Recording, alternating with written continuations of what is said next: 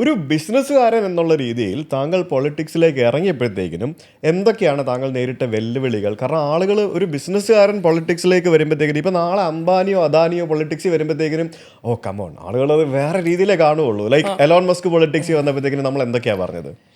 So താങ്കൾ അങ്ങനെ പൊളിറ്റിക്സിൽ വന്നപ്പോഴത്തേക്കിനും ഞാൻ പോളിറ്റിക്സിൽ എനിക്ക് വലിയ അങ്ങനെ താല്പര്യം ഉണ്ടായിരുന്നില്ല. പക്ഷേ പോളിറ്റിക്സിൻ്റെ വലിയ എക്സ്പീരിയൻസ് എനിക്ക് കിട്ടിയത് 1999 to 2004 ഞാൻ കണ്ട് മനസ്സിലാക്കി. അതും പിന്നെ 94 ഈ സുക്രാമും അതുപോലെ തന്നെ ഈ കറപ്റ്റ് മിനിസ്റ്റേഴ്സ് എങ്ങനെയാണ് ഒരു യങ്സ്റ്ററിൻ്റെ മോട്ടിവേഷനും യങ്സ്റ്ററിൻ്റെ എൻ്റർപ്രൈസിനെ തകർക്കാൻ അവർക്ക് പവറുള്ളത് ഞാൻ ഫസ്റ്റ് ഹാൻഡ് അനുഭവിച്ച ആളാണ്.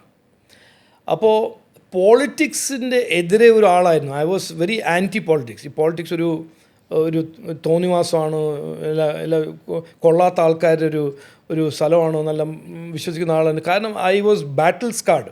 ഞാൻ 2014 ഈ കമ്പനി ബിസിനസ് എല്ലാം വിട്ടപ്പോൾ I was battle scarred by politics. അപ്പോൾ പോളിറ്റിക്സിനെ കുറിച്ച് എനിക്ക് വലിയ താല്പര്യം ഉണ്ടായിരുന്നില്ല. പക്ഷേ എനിക്കൊരു ഓപ്പർച്യൂണിറ്റി കിട്ടിയപ്പോൾ ഞാൻ വിചാരിച്ചു ഓക്കെ ലെറ്റ് us see. എനിക്ക് അങ്ങനെ ഒരു ക്വർക്കുണ്ട്. ഞാൻ ഇങ്ങനെ എല്ലാം എൻ്റെ ലൈഫിലെല്ലാം ഒരു ചാലഞ്ചായിട്ട് എടുക്കുന്ന ആളാണ്. അപ്പോൾ നിങ്ങൾക്കത് ചെയ്യാൻ പറ്റില്ല എന്ന് ആരെങ്കിലും എന്നോട് പറഞ്ഞാൽ ഞാനതൊരു ചാലഞ്ചായിട്ട് വെല്ലുവിളിയായിട്ട് കാണും. അപ്പോൾ എന്നോട് പറഞ്ഞ നിങ്ങളോ പോളിറ്റിക്സോ you will be thrown out of politics, you will be a misfit. അപ്പോൾ ഞാനത് വെല്ലുവിളി എടുത്തിട്ട് എനിക്ക് അന്ന് ഒരു സപ്പോർട്ട് കിട്ടി. I joined Rajya Sabha.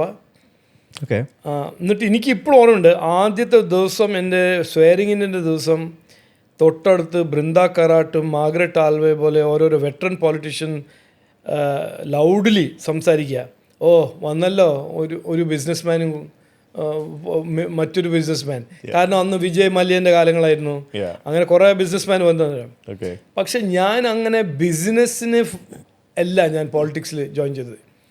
ഞാനൊരു പട്ടാളക്കാരൻ്റെ മകനാവുമ്പോൾ ഞങ്ങളുടെ DNA ഈ പബ്ലിക് സർവീസ് എന്ന് പറഞ്ഞൊരു എന്താ പറയുക ഒരു ഒരു ഒരു ഒരു ഒരു ആസ്പെക്റ്റ് ഉണ്ട്. അപ്പോൾ ഞാൻ പോളിറ്റിക്സ് നമുക്ക് ഇന്ത്യക്ക് വേണ്ടി എന്തെങ്കിലും ചെയ്യാൻ പറ്റുമോ, ഞാൻ ഒരു കോൺഫിഡൻ്റ് ആളാണ്, എനിക്ക് ഐഡിയാസ് ഉണ്ട് മാറ്റാൻ, ഇന്ത്യനെ മാറ്റണമെങ്കിൽ എന്തെല്ലാം ചെയ്യണം ഒരു ഐഡിയ, ബബ്ലിങ് വിത്ത് ഐഡിയാസ്. അത് മനസ്സിൽ വെച്ചിട്ടാണ് ഞാൻ പോളിറ്റിക്സിൽ ഇറങ്ങിയത്.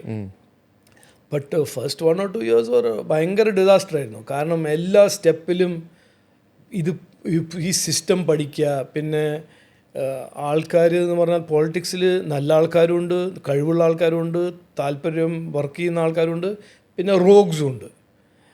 അതൊരു ഫാക്റ്റാണല്ലോ അത്. അപ്പോൾ ഇത് കാണുമ്പോൾ ചിലപ്പോൾ ഒരു സ്ട്രെങ്ത് ഇല്ലെങ്കിൽ you will get discouraged.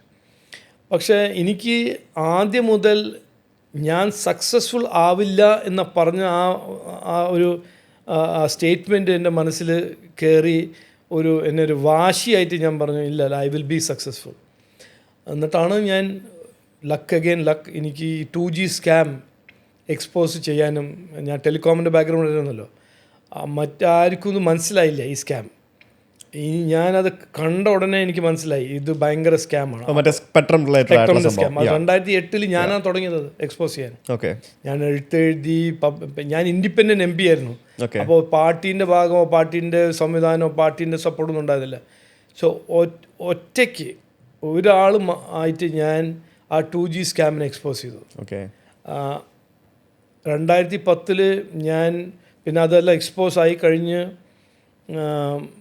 CAGൻ്റെ report വന്നല്ലോ, 1,76,000 crores സ്കാം. അന്നാണ് എനിക്കൊരു വിൻഡിക്കേഷൻ കിട്ടിയത്. അത് കഴിഞ്ഞിട്ട് ആ വിൻഡിക്കേഷൻ, ആ ഒരു സ്കാം ശരിക്കും അത് എക്സ്പ്ലോസീവ് സ്കാം ആവുമ്പോഴാണ് എനിക്ക് പൊളിറ്റിക്സിന് മറുവശം എനിക്ക് എക്സ്പീരിയൻസ് ചെയ്യാൻ കഴിഞ്ഞത്. അവർ എന്നെ റെയ്ഡ് ചെയ്തു, ദേ ടോർമെൻറ്റഡ് മീ, കേസ് ഫയൽ ചെയ്തു, എല്ലാം നടന്നു. പക്ഷേ അന്നാണ് എനിക്ക് മനസ്സിലായത് you can make A difference. ഒരു ഇൻഡിവിജ്വൽ ആണെങ്കിൽ ഈ ഇന്ത്യയിൽ നമ്മളൊരു ഓൾഡ് സെയിങ് ഉണ്ടല്ലോ, നിങ്ങൾക്ക് ഒറ്റയ്ക്ക് ചെയ്താലൊന്നും നടക്കില്ല, കാരണം സ്ട്രെങ്ത് വേണം. അത് ഞാൻ കൃത്യമായി പ്രൂവ് ചെയ്തത് ആദ്യത്തെ ടേമിൽ.